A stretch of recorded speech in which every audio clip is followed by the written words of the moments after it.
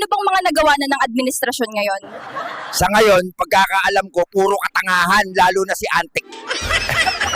Magsosona daw si Pusa ngayon. Ano naman sa'yo? Anong isosona niya? Ipon baha. Yung katatanim lang, tas aanihin agad. Narito ulit tayo sa isa pang reaction video at opinion from Kuya Deng X Crew. Play mo na yan, Master. Magandang araw mga ka-X Crew! Ako po si Kuya Deng at sa vlog natin ngayon, sabay-sabay nating silipin ang mga tunay na kaganapan sa ating bansa. Walang halong drama, walang paligoy-ligoy at higit sa lahat, walang fake news. Mula sa mga pangyayaring bumago ng buhay ng ilang kababayan hanggang sa isyung bumabagabag sa buong sambayanan. Ito po ang mga balitang dapat nating pagtuunan ng pansin. Okay. Una, siyempre, kalamidad at kaligtasan, PCG, sumagip sa pamilya sa gitna ng baha sa Sultan Kudarat. Sa gitna ng malakas na ulan ay rumaragas ang tubig, baha, 5 miyembro ng isang pamilya, kabilang ang isang 2 buwang gulang na sanggol ang matagumpay na inirescue ng Philippine Coast Guard sa barangay Buraro, 2, Lebak, Sultan Kudarat noong madaling araw ng Hulyo 17. Ayon sa ulat ng Coast Guard Station Sultan Kudarat na stranded ang pamilya ni Makmak Reiso dahil sa biglang pagtaas ng tubig. Grabe, lakas ng ulan kasi ngayon. No? Mabilis na rumisponde ang mga tauhan ng PCG at ligtas nilang na ilikas ang buong pamilya patungo sa mas mataas na lugar sa tulong ng mga kamag-anak. Ay, salamat naman po at naisip to. Patuloy ang pagbabantay ng PCG sa mga lugar na madalas na binabaha at panawagan nila huwag nang hintayin pang lumala ang sitwasyon. Lumikas agad kung kinakailangan. Meron kasing iba na hindi po sila basta-basta aalis kasi yung mga ari-arian, alam mo na, mga ganyan, babantayan daw yung bahay para po baka kasi may mga kung sino-sino mga pumasok. Alam mo naman, 'di ba, kalamidad, kahit sunog, kasi iniwan mo bahay mo, yari ka. Ito naman mga kapatid, sa pangalawa, trahedya sa panahon ng paghihirap. Buntis kritikal matapos mabagsakan ng puno ng niyog sa Davao Occidental. OMG. Mahirap tumira sa sa, alam mo yun, may mga puno ka nga, pero niyog naman, buko. Ang tas-tas nun, pag nabagsakan ka, delikado ka talaga, no? Isang napakasaklap na insidente ang naganap sa barangay Takulon, Malita, Davao Occidental, kung saan isang buntis na nasa ikasyam na buwan, ikasyam na buwan pa ng kanyang pagbubuntis ang nabagsakan ng punong niyog habang naglalaba. Anak ng teteng naman si Ateng, bakit doon ka pa kasi naglaba sa, di ba, mababagsakan ka, no? Naku. Kaya ako minsan natatakot ako pagka, yan, iihi ka lang doon sa puno ng buko, nyog, yari ka dyan. Ingat po tayo mga kapatid. Bandang tanghali ng Hulyo 17 nang biglang bumagsak ang puno. Agad siyang isinugod ng mga residente sa pinakamalapit na hospital. Ayon sa mga saksi, siya ay may malay pa ngunit nagtamo ng matinding pinsala sa katawan. Patuloy ang pagbabantay ng mga doktor sa kanyang kondisyon at sa sanggol sa kanyang sinapupunan. Ako, kamusta? Naglabas ng paalala ang lokal na pamahalaan na i-report agad ang mga lumang puno na maaaring magdulot ng panganib lalo na sa panahon ng masamang panahon. Panahon ng masamang panahon. No? Ingat po tayo mga kapatid. No? Pag alam nyo yung lugar na yan, medyo may mga buko, kahit alam nyo matindi yung kapit, ay nakikita nyo na medyo gumigewang-gewang na, kahit hindi, naku, huwag kang magtatambay sa ilalim po ng punong buko. Naku, mahirap yan. Bagsakan ka nun? Ay, Diyos mio, marimar. Okay, doon na po tayo sa pangatlo. Pinsala versus prevention. Ano naman ito? Pagpapakawala ng tubig sa Magat Dam, ipinagpaliban. Nako, alam nyo naman, pagka-issue, no? Pag nagpapakawala ng tubig sa dam, grabe yung bulusok ng tubig niyan. Tapos magugulat ka, baha, di ba? Sa kabila ng naka-schedule na preemptive, sorry sa pagbasa, no? Hindi tayo masyadong magagaling dyan. Release ng tubig sa Magat Dam ngayong Hulyo 17, ipinagpaliban ito ng National Irrigation Administration matapos matukoy na may mababa ang aktwal na dami ng ulan sa watershed. Papakawala ka tapos yung pala kulang kayo sa tubig, agoy, delikado rin, no? Tapos wala na palang ulan. Hindi, tag-ulan naman na ngayon. Naka-alerto pa rin ang ahensya at maaaring magpakawala ng tubig depende sa susunod na rainfall data. Pinapayuhan ang mga residente sa mababang lugar na maging alerto lalo na sa epekto ng tropical storm rising. Okay, end quote. Pwede pa tawagin ng end quote. Pa-practice tayo mag-use, no? Okay, segment number 4. Missing sa Bungero case, lumalalim. Ay, malalim talaga yan. Minsan pwedeng madamay ang mga kung sino-sino. Lalo na talagang nagsasalita. No, eto na, basahin po natin 30 iba pa raw sangkot ayon kay Totoy Patidongan. 30 iba pang sangkot. Ibig sabihin marami talaga sila, no? Ba't ba kasi nadali itong mga sabongero nito? Kinumpirma ni Justice Secretary Jesus Crispin Rimulya na posibleng may 30 karagdagang tao na sangkot sa kaso ng mga nawawalang sabongero. OMG.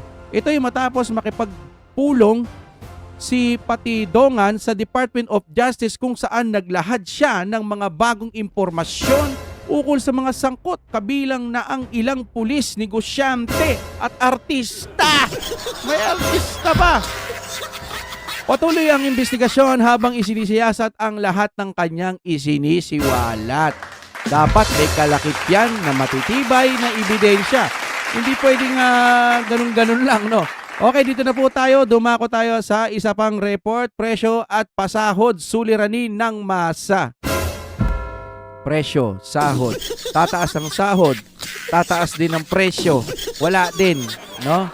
Maganda habang tumataas ang presyo, bumababa ang presyo, tumataas din ang sahod para tayo hayahay.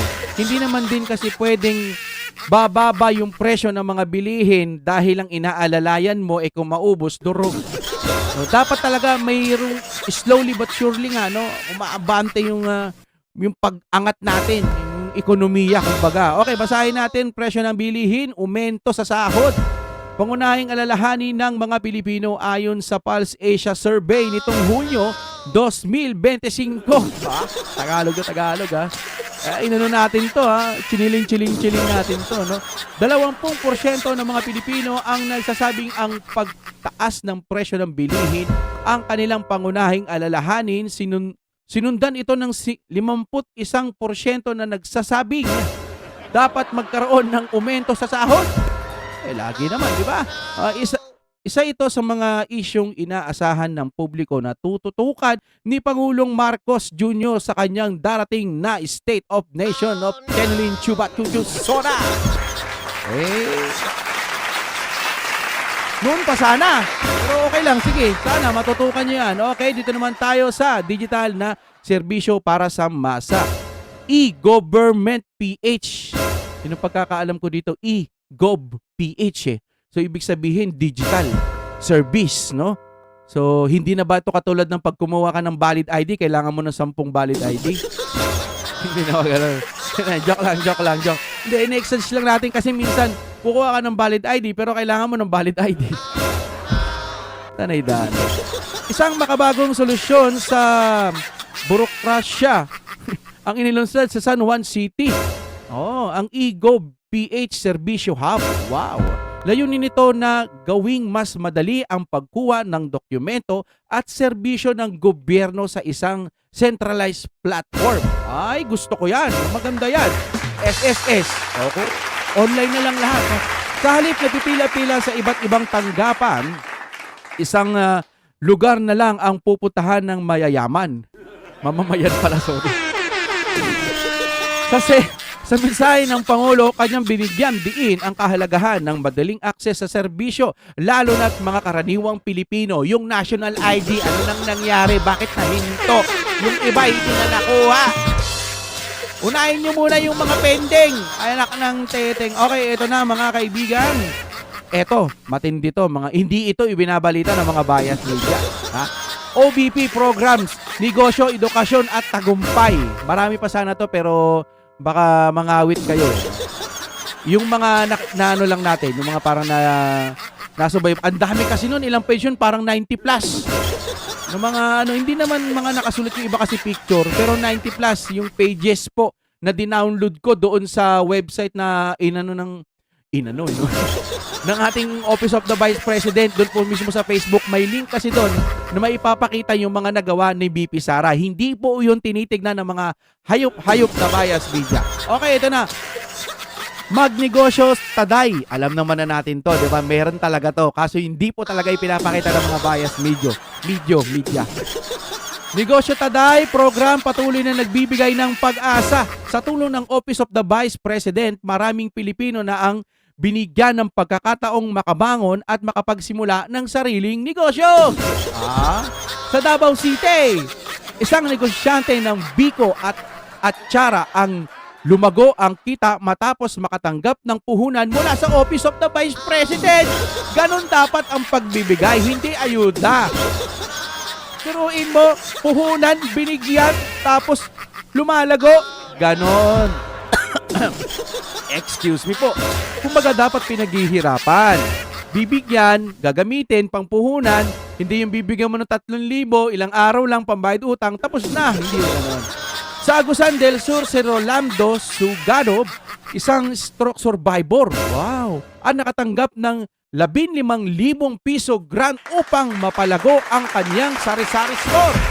Sa Baseco, isang Muslim cooperative ang nakatanggap ng 150,000 pisong dagdag puhunan para sa kanilang rice trading business. Ibinalita ba ito ng mga bias media? Hindi!